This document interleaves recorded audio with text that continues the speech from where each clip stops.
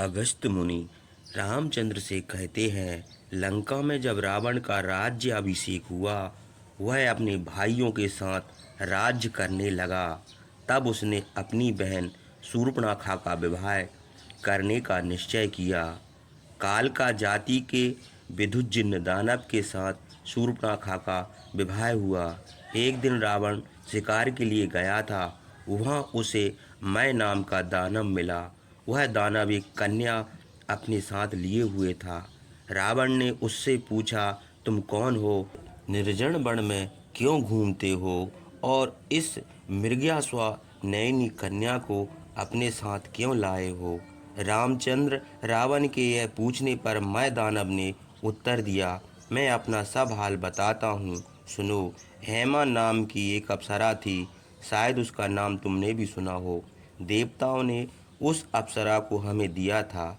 वह बड़ी सुंदरी थी। उस अप्सरा को पाकर हम बड़े प्रसन्न हुए। 10,000 वर्ष तक उसके साथ हम बड़े सुख से रहे। देवताओं के कार्य के लिए हेमा की मृत्यु हो गई। उसको मरे 13 वर्ष हो गए। हमने माया से एक सुवर्णमय नगर बनाया है। वह नगर वैडूर्य आदि मणियों से विचित्र है। हेमा के वियोग के दुख से दुखित हम उसी नगर में रहते हैं। हे राजन, यह हमारी कन्या है, हेमा के गर्भ से उत्पन्न हुई है। हम इसको साथ लिए हुए इसके लिए पति ढूंढने निकले हैं। सम्मान चाहने वाले पुरुषों के लिए कन्या का पिता होना बड़े दुख की बात होती है, क्योंकि कन्या दोनों कुलों को हमेशा संशय में रखती है। हेमा से 2 पुत्र भी उत्पन्न हुए हैं। उनमें बड़े का नाम मायावी और छोटे का नाम दुंदुभी है। तुम्हारे प्रश्नों का उत्तर तो हमने दे दिया, किंतु तुम कौन हो, यह काम कैसे जाने? यह सुनकर रावण नम्रतापूर्वक बोला, हम विशर्वा मुनि के पुत्र हैं। हमारा नाम दशग्रीव है। हे रामचंद्र, रावण के यह कहने पर मैं दानव ने सोचा कि यह विशर्वा मुनि का पुत्र है, इसी को अपनी कन्या दे दें। यह विचार कर उसने अपनी कन्या का हाथ रावण के हाथ में थमाया और हंसकर बोला, राजन, यह हमारी कन्या मंदोदरी हेमा अप्सरा से उत्पन्न हुई। इसे तुम अपनी पत्नी बनाने के लिए ग्रहण करो। रावण ने कहा, बहुत अच्छा। अग्नि प्रज्वलित करके उसने मंदोदरी का पानी ग्रहण किया। हे रामचंद्र, मैं दानव यद्यपि यह जानता था कि रावण को विशर्वा मुनि से श्राप है, उनके श्राप से इसका प्रभाव बड़ा उग्र है, किंतु पुलस्त के कुल में उत्पन्न जानकर उसने अपनी कन्या उसे दे दी। एक बड़ी अद्भुत शक्ति भी उसे दी, जो कभी निष्फल नहीं होती थी। बड़ी तपस्या से वह शक्ति उसे मिली थी। उसी शक्ति से रावण ने लक्ष्मण को घायल किया था। इस तरह अपना विवाह करके रावण लंका को गया। फिर उसने अपने दोनों भाइयों का विवाह कराया। विरोचन की नातिन, जिसका नाम वज्रज्वाला था, उसके साथ कुंभकर्ण का विवाह हुआ। गंधर्वराज शैलूष की कन्या शर्मा के साथ विभीषण का विवाह हुआ। यह शर्मा मानसरोवर के समीप उत्पन्न हुई थी। वर्षा काल में जब सरोवर बढ़ने लगा तो उसकी माता ने कन्या के स्नेह के मारे रोकर कहा था कि सर ना बढ़े। इसी से उस कन्या का नाम शर्मा हुआ। इस तरह तीनों राक्षसों का विवाह हुआ और जैसे गंधर्व नंदनवन में क्रीड़ा करते हैं, वैसे ही वे अपनी स्त्रियों के साथ विहार करने लगे। कुछ दिनों के बाद मंदोदरी ने एक पुत्र उत्पन्न किया। हे रामचंद्र, वह पुत्र वही है जिसे आप लोग इंद्रजीत कहते हैं। पैदा होते ही वह बड़े जोर से रोने लगा। इसके रोने का शब्द मेघ के गरजने के समान था। इसी से रावण ने स्वयं इसका नाम मेघनाद रखा। हे रामचंद्र, माता पिता को हर्षित करता हुआ मेघनाद रावण के अंतःपुर में बड़ा हुआ। सुंदरी स्त्रियों ने उसका पालन पोषण किया। कुछ दिनों के बाद ब्रह्मा के वचन के प्रभाव से कुंभकर्ण को बड़ी भारी निद्रा आई। कुंभकर्ण ने रावण से कहा, हमको नींद आ रही है, हमारे सोने के लिए कहीं घर बनवा दीजिए। रावण ने विश्वकर्मा के समान बुद्धिमान शिल्पियों को आज्ञा दी। 4 कोस का लंबा 8 कोस का चौड़ा घर तैयार किया गया। इस पटक और सुवर्ण के खंभे लगाए गए, वैडूर्य मणि की सीढ़ियाँ बनाई गईं, बड़े सुंदर फाटक लगाए और इस फटक मणि की वेदी बनाई गई। सुमेरु पर्वत की गुहा के समान मनोहर सब ऋतुओं में सुखदायक घर तैयार किया गया। जब घर बनकर तैयार हुआ तो महाबलवान कुंभकर्ण बहुत वर्षों के लिए उस घर में सो गया। कुंभकर्ण के सो जाने पर निरंकुश रावण देव ऋषि गंधर्व और यक्षों को पीड़ित करने लगा। नंदन आदि वनों को वह इस तरह उखाड़ने लगा जैसे नदियों को हाथी मत डालता है, वृक्षों को वायु कपा देती है और पर्वतों को। कुबेर ने रावण के हित के लिए और भाईपन दिखाने के लंका के पास एक दूत भेजा। वह दूत पहले विभीषण के पास गया। उन्होंने उसका बड़ा आदर किया और आने का कारण पूछा। कुबेर की कुशल पूछी, उनके कुटुंब का सब हाल पूछा और फिर सभा में ले जाकर रावण से मिलाया। दूत राजा की जय हो कहकर चुप बैठ गया। थोड़ी देर के बाद उत्तम आसन पर बैठे हुए रावण से बोला, राजन, आपके भाई कुबेर ने माता पिता के कुल और चरित्र के अनुरूप संदेश आपसे कहा है, सुनिए। उन्होंने यह कहा है कि अब तुम पाप बहुत कर चुके, पाप की हद हो गई, अब सदाचार करना चाहिए।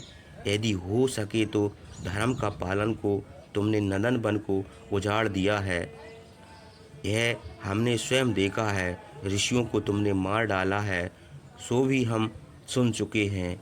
सुना जाता है देवता तुम्हारे वध का उपाय कर रहे हैं।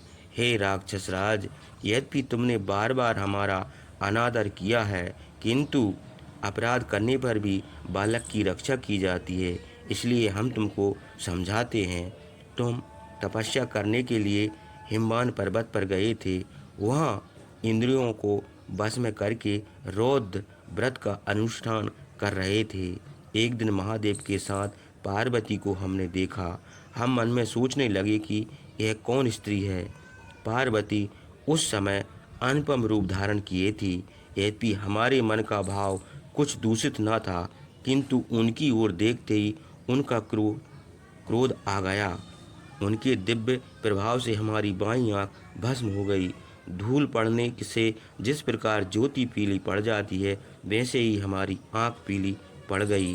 तब हम उस पर्वत के ऊपर तट पर जाकर तप करने लगे।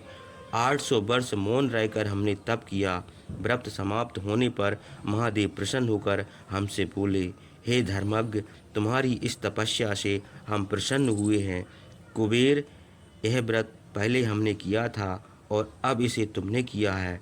तीसरा कोई पुरुष इस व्रत को नहीं कर सका। इस दुष्कर व्रत को पूर्व समय में हम ही ने सिद्ध किया था। हे सौम्य, आज से तुम हमारे मित्र हुए। तपस्या से तुमने हमें जीत लिया। पार्वती ने अपने प्रभाव से जो तुम्हारा नेत्र जला दिया है, उनका रूप देखने से वह पिंगल हो गया है, इसलिए तुम्हारा एकांश पिंगली नाम बहुत दिनों तक रहेगा। इस प्रकार महादेव की मैत्री प्राप्त करके उनकी आज्ञा लेकर जब हम अपनी नगरी को आए तो हमने सुना कि तुमने ऐसे पाप किए हैं, कुल को दूषित करने वाले पाप करना अब तुम छोड़ दो, क्योंकि देवता और ऋषि तुम्हारे वध का उपाय सोच रहे हैं। कुबेर का यह संदेश सुनकर रावण की आंखें क्रोध से लाल हो गईं। वह हाथ मींचकर और दांत कटकटाकर बोला, हे दूत, तुमने जो कहा वह सब हमने समझ लिया, किंतु हमारे भाई कुबेर जिन्होंने यह संदेश भेजा है, और तुम अपने को जीवित ना समझो, क्योंकि कुबेर हमारे हित की बात नहीं कहता, बल्कि वह मूर्ख अपनी ओर महादेव की मित्रता हमको सुनाने के लिए तुमको यहाँ भेजा है। इसलिए तुमने जो कहा है वह हम सह नहीं सकते। हे दूत, यह समझकर अभी तक जो हम नहीं बोले थे कि बड़ा भाई पिता के समान होता है, उसका वध न करना चाहिए, किंतु कुबेर के यह वचन सुनकर अब हमारा यह विचार होता है कि अपने बाहुबल से तीनों लोगों को हम जीत लें। अकेले कुबेर के कारण इस मुहूर्त में चारों लोग पालों का वध कर दें। यह कहकर रावण ने दूत को खड़ग से मार डाला और दुष्ट राक्षसों को भोजन के लिए दे दिया। उसके बाद स्वस्थन आदि करके रथ पर सवार होकर तीनों लोगों को जीतने की इच्छा से पहले कुबेर की नगरी को गया। महाबलवान रावण महोदर, प्रस्थ, मारीच, सुख, सराय और वीर भूमाक्ष इन 6 मंत्रियों को साथ लेकर बड़े क्रोध से सब लोगों को भस्म सा करता हुआ कुबेर की नगरी को चला। नदी, पर्वत, वन, उपवन और नगर आदि लांघता हुआ कैलाश पर्वत पर पहुंचा। युद्ध करने के लिए मंत्रियों के साथ दुरात्मा रावण को कैलाश पर्वत पर आया हुआ सुनकर यक्षगण उसके सन्मुख युद्ध करने का साहस न कर सके। वे अपने स्वामी कुबेर के पास जाकर बोले, आपका भाई रावण युद्ध करने के लिए आया है। जब कुबेर ने उसको युद्ध की आज्ञा दी तो वे रावण से युद्ध करने के लिए आए। उमड़ते हुए समुद्र के समान रावण की सेना से कैलाश पर्वत मानो कांप सा रहा था। यक्ष और राक्षसों का घोर युद्ध हुआ और रावण के मंत्री बहुत पीड़ित हुए। अपनी सेना को व्याकुल देखकर रावण बड़े हर्ष से गरजता हुआ कुबेर की सेना के सामने दौड़ा। रावण के एक एक मंत्री के साथ हजार हजार यक्ष युद्ध करने लगे। यद्यपि यक्षों ने गदा, मूसल, खड़ग, शक्ति और तोमर आदि से रावण का सामना किया, किंतु रावण उनकी सेना में घुसता ही गया। यक्षों ने शस्त्रों की ऐसी वर्षा की रावण को सांस लेना कठिन हो गया। यक्षों के शास्त्रों से घायल होने पर भी रावण व्यथित नहीं हुआ। जैसे मूसलाधार पानी बरसने पर भी पर्वत व्यथित नहीं होते। कालदंड के समान भारी गदा लेकर यक्षों का वध करता हुआ उनकी सेना में घुस गया। जैसे वायु की सहायता से अग्नि सूखे ईंधन को भस्म कर देती है, वैसे ही रावण गदा से यक्षों का विनाश करने लगा। जैसे पवन बादलों को तितर बितर कर देती है, वैसे महोदर आदि रावण के मंत्रियों ने यक्षों को भगा दिया।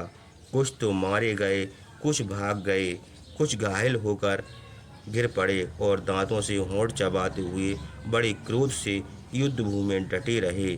जिनके शस्त्र टूट गए वे डर के मारे एक दूसरे से लिपट कर गिर पड़े। इस तरह यक्षगण ऐसे विनष्ट हुए जैसे जल के वेग से नदियों के किनारे विदीर्ण हो जाते हैं। प्राण त्याग कर स्वर्ग को जाते हुए और युद्ध करते करते दौड़ते हुए यक्ष तथा युद्ध देखने के लिए आए हुए ऋषियों से आकाश इस प्रकार भर गया। हे रामचंद्र, फिर कुबेर और रावण का युद्ध होने लगा। ना कोई व्यथित होता था और ना कोई थकता था। कुबेर ने रावण के ऊपर अग्नि शास्त्र चलाया, रावण ने वरुण शास्त्र चलाकर उसे व्यर्थ कर दिया। रावण ने राक्षसी माया रची, उसने सैकड़ों हजारों रूप धारण किए। बाघ, बारह, मेघ, पर्वत, समुद्र, वृक्ष, यक्ष और दैत्य आदि का रूप धारण करके वह दिखाई देने लगा। इस प्रकार उसने अनेक रूप धारण किए। कुबेर जब प्रहार करना चाहते थे तब वह अदृश्य हो जाता था। हे रामचंद्र, उसके बाद रावण ने बहुत बड़ी गदा लेकर कुबेर के सर पर मारी। कुबेर के सिर से रुधिर बह चला और वे कटे हुए अशोक वृक्ष के समान पृथ्वी पर गिर पड़े। यक्षगण उनको नंदन वन को उठा ले गए।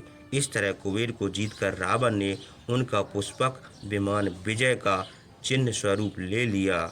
उस विमान में सुवर्ण के खंभे, वैडरमणि के द्वार और मोतियों की झालरें लगी थीं। मन के समान उसका वेग था। बैठने वाले की इच्छा अनुसार वह चलता था। स्वर्ण और मणियों की सीढ़ियाँ लगी थीं और तपाए हुए सोने की वेदी बनी थी। देवताओं की सवारी युग कभी नष्ट न होने वाला वह विमान दृष्टि और मन को सुख देता था। उस पर अनेक प्रकार की रचनाएं थीं। विश्वकर्मा ने उसे बनाया था। सब ऋतुओं में सुख देता था, न अत्यंत शीतल था न अत्यंत उष्ण। मूर्ख रावण अपने पराक्रम से जीतकर बड़े गर्व से उस विमान पर बैठकर चला। उसने अपने को तीनों लोगों का विजयी समझा। इस प्रकार कुबेर को जीतकर वह कैलाश पर्वत से लौटा। किरीट और हार आदि धारण किए हुए महाप्रतापी रावण बहुत बड़ी विजय पाकर उस विमान पर